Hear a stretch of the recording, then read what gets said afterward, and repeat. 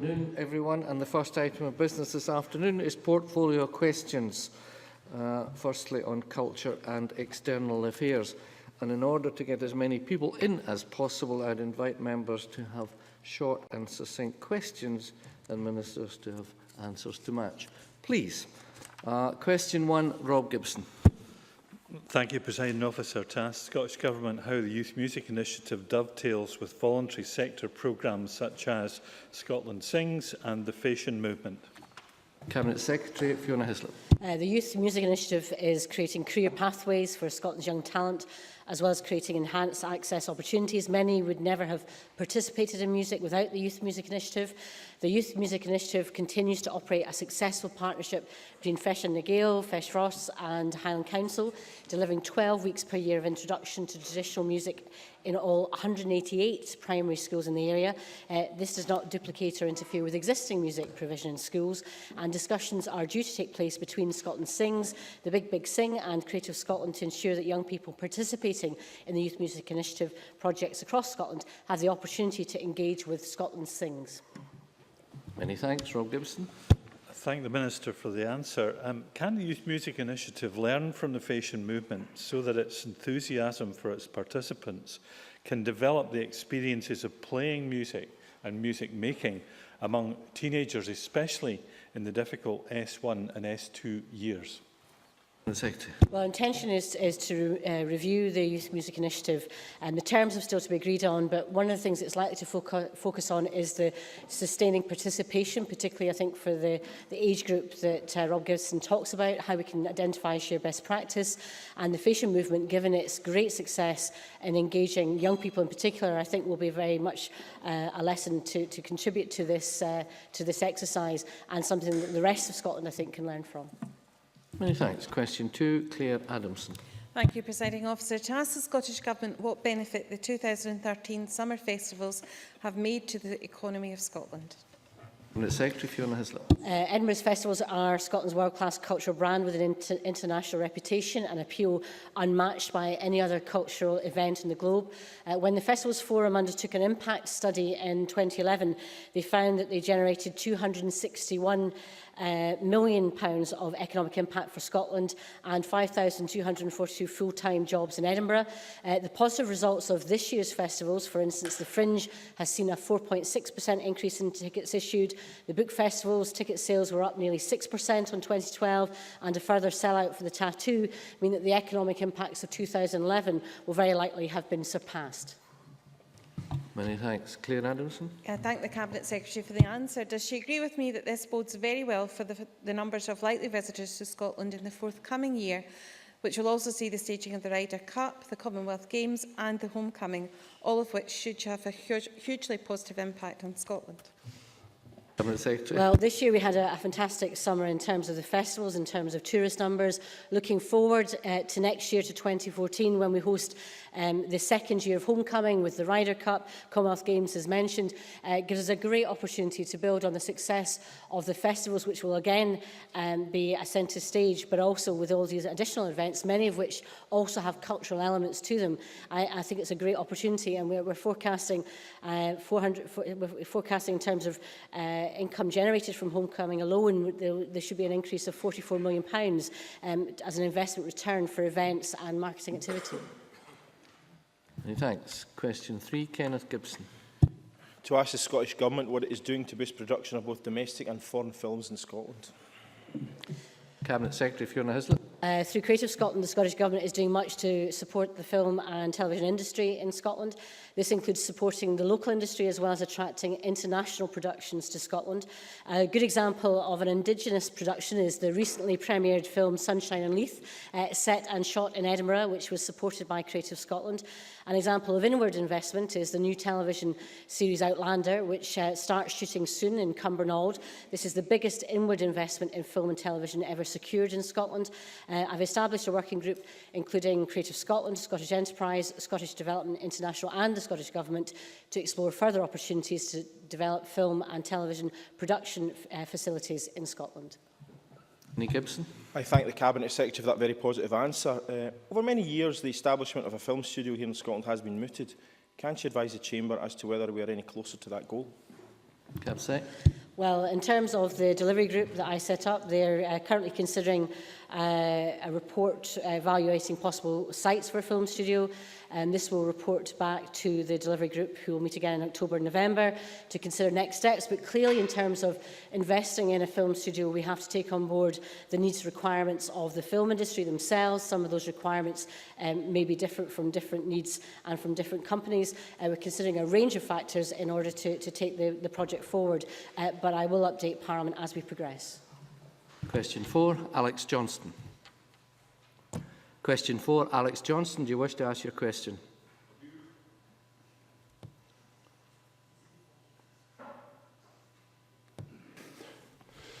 To ask the Scottish Government whether it plans to provide support to take the Great Tapestry of Scotland to communities around the country.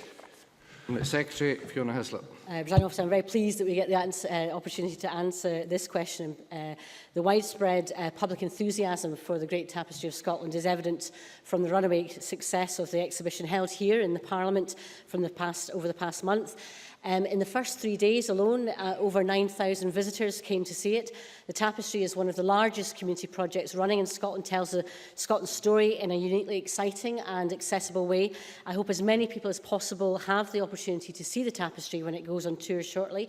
The Tapestry project team has been busy working with partners, exploring possible venues across the country, and Historic Scotland has well-developed plans for temporary exhibitions of selected panels of the Tapestry at various of its sites starting later this year. I've also asked Historic Scotland and Museums Galleries Scotland to discuss opportunities with the Tapestry projects team. Alex Johnson. Can I offer my apologies to the Presiding Officer for my just-in-time approach in this event? Can I thank the Minister for her answer? And can I ask if there will be lessons learned from this tour and the astonishing popularity that the Tapestry has demonstrated here in the Parliament that will ensure that any areas that do not have access to the Tapestry locally will be considered for any further opportunities to take it round the country in future? Thank you. Cabinet Secretary. Well, I think this is a fantastic project. Over 1,000 people involved in it, a genuine community arts project telling a very important story from such a long time ago, thousands of years ago to current day. In terms of the reach of the Tapestry, obviously the Tapestries group themselves will have their own views. One of the reasons I've asked Museums Galleries Scotland to get involved is because they have a network of different accredited museums, the length and breadth of Scotland. So obviously if there are areas that can motivate, and I know the two local MSPs for Angus, for example, have already contacted Angus Council to see about taking the Tapestry there, but there may be areas that could be well represented, and networking, connecting different groups to the different museums that are available locally and finding ways of supporting that, not least in terms of transportation, lighting, security, all those issues. I think the experts in this area is Museums Galleries Scotland, and they can obviously advise different local groups, but I think you're correct in identifying this part of every part of Scotland in that Tapestry, and I think we should all be supportive in trying to make sure that all of Scotland get to see that Tapestry. Nigel Don. In continuing the point that the Cabinet Secretary has already made, Graham Day and I have already been trying to get this wonderful creation to Angus. I'm slightly concerned to hear the Cabinet Secretary suggesting that it might be broken up and various bits of it will be in different places. Is there any prospect that we can get the whole of this to the Reid Hall in Forfar, please? Cabinet Secretary. I'm not responsible for the Tapestry. I suggest that you contact the Tapestry group themselves, because they are determining the decision. The Great Tapestry of Scotland Charitable Trust will determine initially what the first touring will be. I understand that there is the view that because it's such a large piece of work that not everyone will be able to identify. It's 140 metres in terms of the length of it. I understand there are already discussions about taking parts of the tapestry to different parts of Scotland, but I want to make it clear we can be supportive as government, but we're not responsible for the tour itself or indeed where it goes. And I think I would encourage the member to engage with the trust itself to get advice as to how locally they can make the most of the tapestry. Many thanks. Very grateful for those responses. Question 5, Neil Bibby. To ask the Scottish Government what the set-up and running costs would be of a new national independent broadcaster in the event of Scotland becoming independent. Cabinet Secretary Fiona Hislop. The Scottish Government will publish a white paper on independence later this year, which will set out a positive prospectus for an independent Scotland, including for broadcasting. I Neil thank the Bibby. Minister for the response to that question. In the event of Scotland becoming independent, it's clear there would be significant costs involved in setting up an independent broadcasting service separate to the BBC.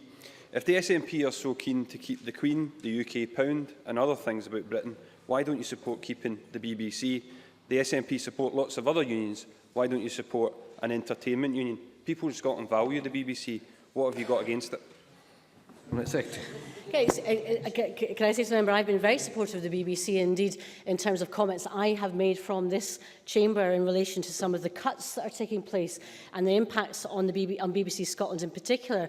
I have been quite clear in my support of BBC staff in particular. I would remind the member that BBC licence fee income to Scotland is £320 million already in terms of what's due to be spent. Of that, only £102 million is due to be spent in 2012-13, and under the union as currently proposed, that will reduce to £86 million in 2016-17. Now, in terms of where the BBC might lie after the charter renewal or possible charter renewal in 2016, I might want to remind the member, as part of his association with Better Together, that you have two Conservative bills currently at Westminster Parliament, one to decriminalise the non-payment of the BBC and one to privatise the BBC. And as part of his association of what he sees as permission for the Conservatives to continue in broadcasting, Jackson Carler of the Conservatives wants to abolish the licence fee and have the BBC make its own way. So if he can forecast where the BBC will be under the Union in 2016, he's a better person than anybody in this chamber. Many thanks. Kenny Gibson, briefly. Yes. Cabinet Secretary, given that Scotland subsidises the BBC to some £218 million more than we actually have spent here, can you tell me what that £218 million could mean in terms of jobs and production in Scotland? Well, the whole point about trying to make sure that we have a broadcasting system built on the staff and assets of BBC Scotland is to make sure that we can invest that for productions and commissions in Scotland. If you look at RTE, for example, in terms of its expenditure, it's £290 million, and for that it has 4 distinct TV services, 4 national radio services, an online presence, and other services such as children's broadcasting and an orchestra. So value for money and, importantly, job security for not only BBC staff but also commissioners in terms of TV production in Scotland can be best served by the people of Scotland and best served as put forward by the SNP. Thanks. Question 6, Jean Urquhart. Thank you, Presiding Officer. To ask the Scottish Government what support it gives to Scotland's film industry and individual filmmakers. Thank you. Cabinet Secretary Fiona Hislop. Creative Scotland supports Scotland's film industry in a number of ways. The Film and Television Funding Programme provides support to emerging and established film and television talent capable of creating distinctive and engaging work that promotes Scotland's creativity. For the financial year 13-14, it has an allocation of £4 million. Other forms of support include the location service, promoting Scotland's film industry at film festivals and events, providing advice to filmmakers and liaising with other film bodies across the UK. Creative Scotland contributed funding to 4 films which made their debut at the Toronto International Film Festival earlier this month.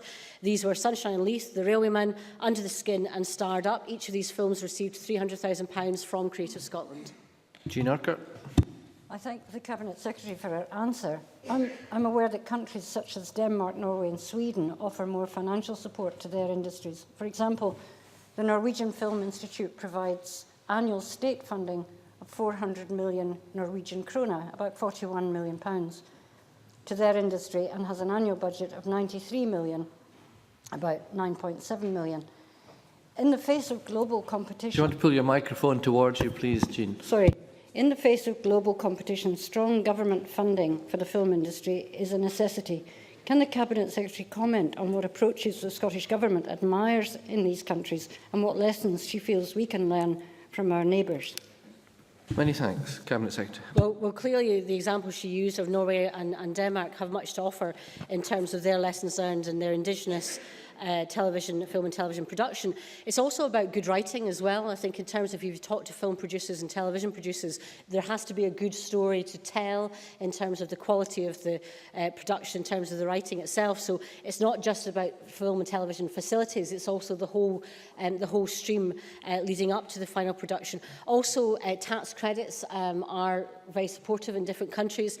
Obviously, we welcome the UK's recent announcement. We've pressed on them for many years. So different different investment streams can come in different shapes and forms, and that comes back also to the support that can be given in colleges and universities to help developing careers, and that's one area we're also looking at. But we are using the tools we currently have, but we will look to other countries to learn lessons from them. And indeed, when I was in Canada, I spoke to British Columbia, for example, about what the support they provided for the film industry. So we're constantly looking at different examples. Thank you. Question 7, Nanette Milne. Thank you. To ask the Scottish Government what action it's taking to increase digital participation amongst people over 65. Cabinet Secretary. The Scottish Government provides funding for learning opportunities such as digital photography, digital archive and heritage classes, silver surfer sessions and intergenerational learning programmes. We can demonstrate these are of particular interest and appeal to older people, and this approach is proving successful. Since 2009, the Scottish Household Survey shows an 11.9% increase in people who are 65 plus using the internet for personal use. Although this is encouraging, we know there's still work to be done in this area. We'll continue to work in partnership to find innovative ways to encourage people of all ages to gain the economic, social and cultural benefits of being online. Many thanks. Nanette Milne. Can I thank the Cabinet Secretary for that helpful response? But I mean, I think figures from Ofcom still show that the level of broadband uptake in Scotland is just 61% compared to 71% across the UK. And I'm aware of some of the silver surfer groups. We have a very good one in Aberdeen working to give North East residents the opportunity to learn about basic computing, including the use of email and the internet. Can the Cabinet Secretary give me any specific detail on the help that's available to these sort of groups? Cabinet Secretary. Well, I went through a number of the different programmes that are available for older people. I think in terms of the statistics, I'm quite happy to update the member on the latest Ofcom figures, because there has been an improvement in the Scottish general participation. There are interesting exercises in terms of participation, for example, in Glasgow with housing associations in terms of access and trying to make sure that all tenants, for example, in one place can have access. That can be easier. It's an interesting exercise. Also in terms of library use, people will be familiar with how many libraries are converting their facilities to ensure that access to digital classes can take place, and that's something that particularly we've been helping the Scottish Library Information Service in particular to try and support that access, because for older people libraries are more familiar for them in terms of where they go, but also an easy access for them to learn how to use computers but access the internet. Thanks. Question 8, Ken McIntosh. To ask the Scottish Government when the Cabinet Secretary for Culture and External Affairs last met the Chief Executive of Creative Scotland and what issues were discussed. Cabinet Secretary Fiona Hislop. I last formally met Janet Archer, Chief Executive Officer at Creative Scotland, on the 8th of August, although we have met informally since. We discussed a range of issues, including her new role, progress on corporate planning and creative industries, organisational structures and plans for the Creative Scotland reception event. Ken McIntosh. Can I thank the Minister for her answer? Clearly, Ms Archer's got a clear job to restore confidence in the organisation and in the artistic community in Scotland. Can I ask the Minister what priorities she has set, Ms Archer and Creative Scotland, and what milestones and targets or deadlines she has asked to report back on? Well, I'm supportive of the release of their annual plan, which came out in May, which set out the proposals for the next year. I'm currently in the process of setting out my letter of guidance, as I do to my variety of different public sector organisations. In that, I will set out publicly the priorities that I'm giving Creative Scotland, and that will be put in Spice in the library, and will be made access will be available to all members so they can see the letter of guidance I plan to issue to Creative Scotland in the near future. Thanks. Question 8, Bill Kidd. Question 9, Bill Kidd. Thank you very much, Presiding Officer. To ask the Scottish Government, in light of its provision of assistance to NGOs supporting humanitarian projects in Syria, whether it shares growing concerns at the continuing and mounting humanitarian crisis in the country. Secretary. The Scottish Government shares the concerns that I'm sure all members have with the humanitarian crisis enveloping Syria, as millions are forced to flee their homes to escape the conflict. That is why we announced that we would be doubling our contribution to the Disasters Emergency Committee appeal for Syria by donating a further £100,000. The funds will be spent by some of our leading aid agencies working in the region to provide relief for those affected. Bill Kidd. I thank the Cabinet Secretary for that response. Would the Cabinet Secretary be able to tell the Chamber if there has been any further information forthcoming from the Westminster Government regarding whether the UK will be aiding relief of the refugee situation in Syria by allowing people requiring medical treatment and other refugees who are under distress into the UK and here in Scotland? Cabinet Secretary. The UK Government has provided considerable funds in terms of humanitarian aid. However, they have made clear that they don't plan to ease asylum rules for refugees from Syria. The First Minister urged the Foreign Secretary in a letter of the 14th of September to prioritise applications from Syrians entering the UK and seeking asylum from the current atrocities. The Scottish Government supports the representations made by the Refugee Council to the UK Government and has offered to play its part in providing a welcoming and safe home for Syrian refugees. Very briefly, Jamie McGregor.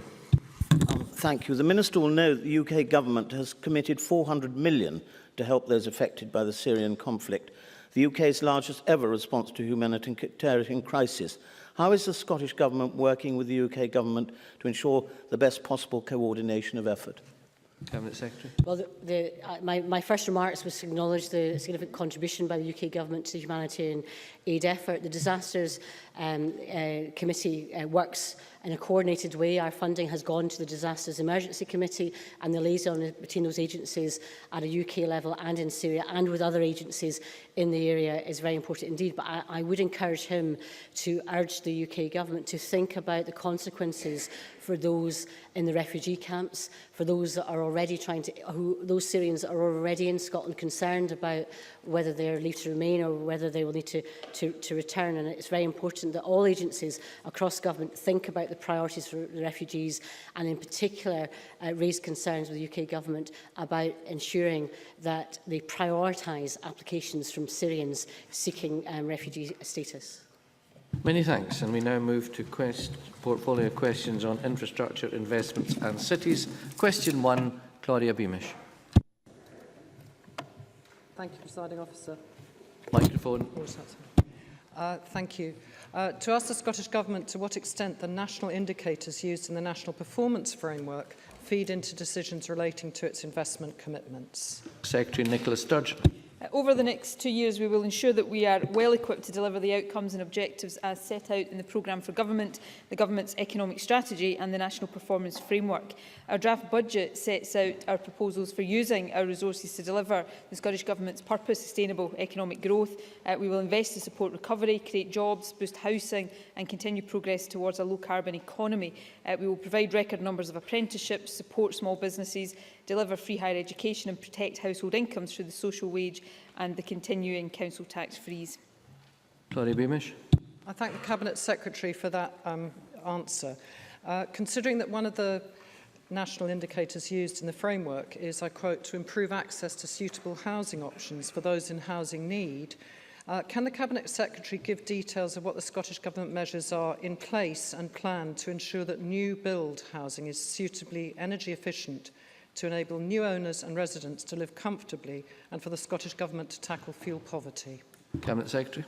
As the member will be aware, the Scottish Government is taking action across a whole range of fronts, and I'm more than happy to set some of this down in writing for her, as I'm sure the presiding officer won't give me the opportunity to go through all of it today. But from our commitment to 30,000 new affordable homes over the lifetime of this Parliament, which we are currently on track to meet, our range of action to improve the energy efficiency, not just of new housing, but of existing housing, our budget to tackle fuel poverty and help individuals live in warm houses, through to the action we are taking to lever in innovative sources of financing to fund housing for the future. So we are active across a range of these fronts, all of which, of course, is feeding into meeting the indicator that she referred to in her question and meeting the objective of the government. But I'd be more than happy, because I'm getting the evil eye from the presiding officer, to set out this in more detail in writing. I did, of course, mean that euphemistically, presiding officer.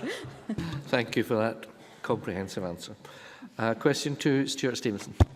To ask the Scottish Government how the draft budget supports people affected by fuel poverty. Minister Margaret Burgess.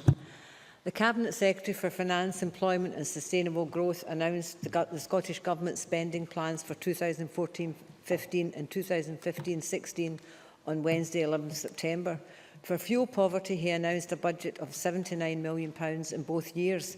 As with this year's budget allocation, we will use our funding to lever in private sector funding from the utility companies seeking to meet their obligations under ECO to create a fund of £200 million per annum. This will be used for both area-based and national scheme delivery through our HEAP schemes. The budget will address the Fuel Poverty Forum's interim report recommendation on Scottish Government's funding programmes and will continue to support our targets to eradicate fuel poverty as far as practical by 2016 and also contribute to our climate change commitments. Stuart Stevenson. Does the Minister agree that 31% of rural dwellers in Aberdeenshire constitute a level of fuel poverty that is unacceptably high? I very much welcome the financial support that the Minister has just identified. With the full powers of an independent country, what more could we actually be doing besides the mitigations that are currently available to us today? Minister. Okay, we continue just now. I think the member would be happy pleased to know that Aberdeenshire Council, under our current measures, have got the second highest allocation distribution in Scotland of £4.4 million, which will provide assistance to just under 2,500 households in the area. So I think that the member would be pleased to note that. But alongside what we're currently doing, Scottish ministers continue to work to protect the interests of consumers. In the future, the Expert Commission on Energy Regulation will be looking to provide evidence on improvements to Scotland's stewardship of electricity and gas regulation in an independent Scotland.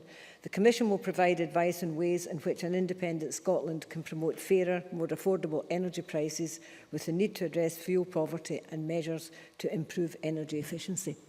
Many thanks. Mary Fee. Thank you, Presiding Officer. With an estimated 29% of Scottish households currently living in fuel poverty, and with fuel poverty failing to drop below 25% since 2007, can the Minister inform us how the National Retrofit Programme will ensure that Scotland meets its 2016 target? And is the Minister supportive of the energy price freeze commitment of the Labour Party? Minister. I'll repeat what I said earlier, that we will continue to work to protect the interests of Scottish consumers and continue to fund the HEAPS programme, which is providing measures throughout the whole of Scotland, which is unlike what's happening by the UK Government, who are putting zero into it. The question that was asked, promoted, was there's a lot of ifs in it. If there was a future Labour government, it's unclear how it would implement this future policy. Has it spoken to the fuel companies, and what commitment and what eventual impact would be in fuel bills? Many thanks. Briefly, Alex Johnson. The Minister will be aware that one of the reasons for high costs in rural areas is the high cost of off-grid gas and oil supplies for heating. What advice and support can the Government give to those who seek to create buying clubs to cut the cost of these off-grid supplies? Minister. That's something that we're currently looking at and have been in discussion with some of the rural communities, particularly in the islands, where I discussed that when I was up there during the recess. We continue to do that and talk with them to look at ways of, we well appreciate the difficulties that islands and rural communities are facing because of the kind of issues you raised, they're off-grid, and that's under discussion, and I'd be willing to sit down with the member and discuss what discussions we've had so far and where it's going, and if he's got anything else he wishes to offer in this, but I'm willing to discuss it with the member. Excellent. Question 3, Gil Patterson. Thanks, Presiding Officer. To ask the Scottish Government what action it is taking to combat poverty. Minister Margaret Burgess. Okay, thank you. Sorry, I lost my place there. We're committed to tackling the long-term drivers of poverty through early intervention and prevention. In spring 2014, we will publish a revised child poverty strategy, which will be informed by discussions at the Ministerial Advisory Group on Child Poverty. Our commitment includes a range of actions, such as working with local authorities, the NHS and others through the collective investment of £272 million in the Early Years Change Fund. But we know that the UK Government's welfare reforms are already having a significant impact, and the Institute of Fiscal Studies estimate that by 2020, once all the UK Government's welfare changes have come into effect, there will be around 50,000 more children living in poverty in Scotland than in 2011. In an independent Scotland, we could take welfare decisions that would ensure fair and decent support for people. Only with access to our own resources and the ability to join up policy across devolved and reserved areas can we make the substantial differences we need to tackle and end child poverty for good. Mr Patterson. Can I thank the Minister for that comprehensive answer? The Scottish families are only beginning to feel the harmful effects on benefit cuts and welfare reforms being imposed by the UK Government. Can the Minister outline what effects Westminster welfare reforms are having on the Scottish Government policy to tackle poverty in Scotland? Minister. Earlier in my answer, we're taking a long-term approach to tackling poverty. However, our efforts are being undermined by the UK Government's welfare reforms. We've published analysis which estimates that the reforms could potentially reduce welfare expenditure in Scotland by over £4.5 billion in the 5 years to 2014-15, with families and children amongst those being hit.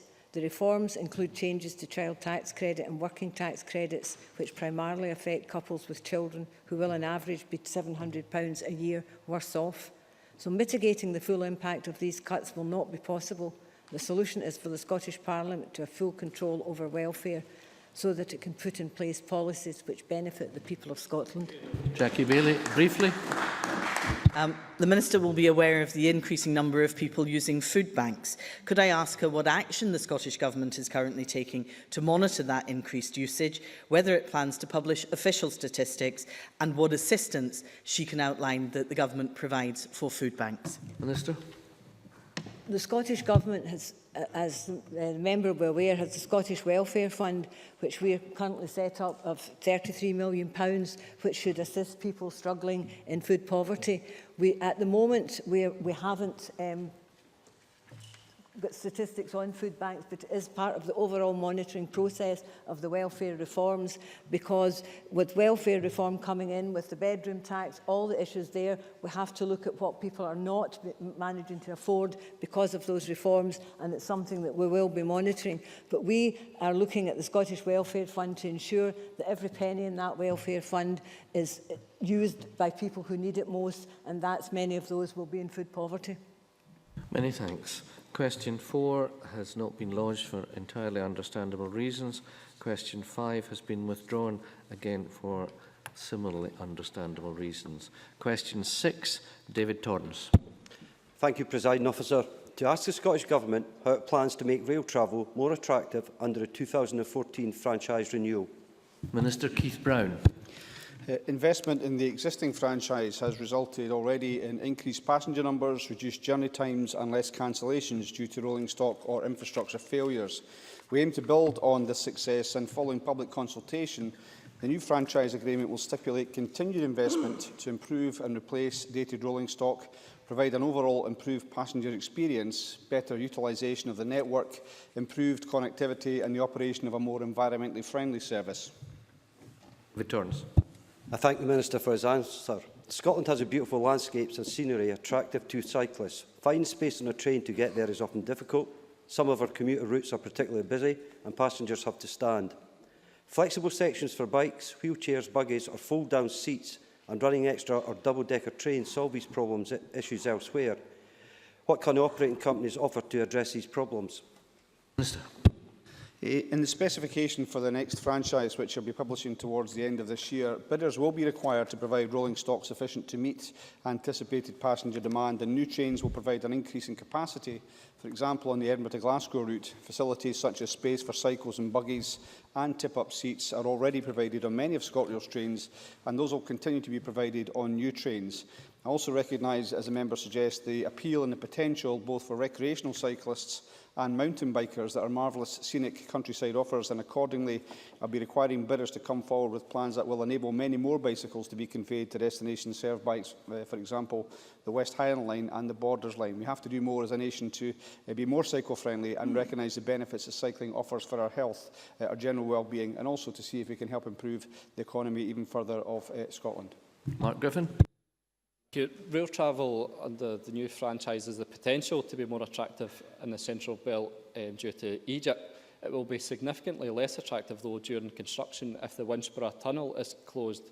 Can the Minister confirm if the Winchborough Tunnel will close for 3 months as reported, and if any compensation payments will be made to the franchise holder as a result?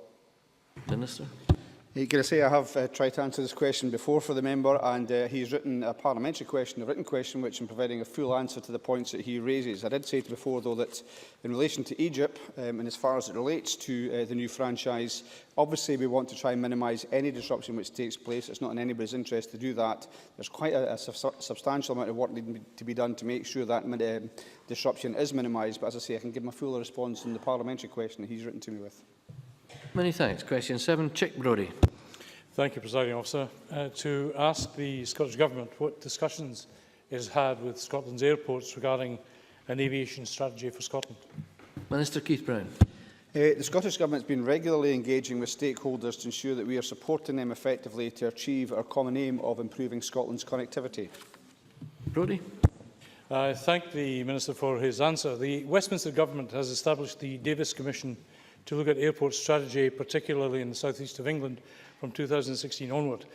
In that event, it is important that an independent Scotland clearly defines its intent to establish an overall aviation strategy for Scotland, predicated on the major passenger airports of Glasgow, Edinburgh and Aberdeen. Will the Minister agree with me that supporting these and Inverness and the island airports requires a strategy which also recognises the need for a significant international maintenance, repair, overhaul and cargo airport with supporting engineering skills, all of which are available at Prestwick International Airport and in the colleges and the businesses which abound it? Minister. I will be aware the majority of legislation relating to aviation is currently reserved to the UK Parliament, and to date the Scottish Government's focus has been on the limited number of areas where we can take action, and prime amongst those is increasing the number of direct air services from Scotland, an example of that being, of course, the recently announced Edinburgh to Chicago service.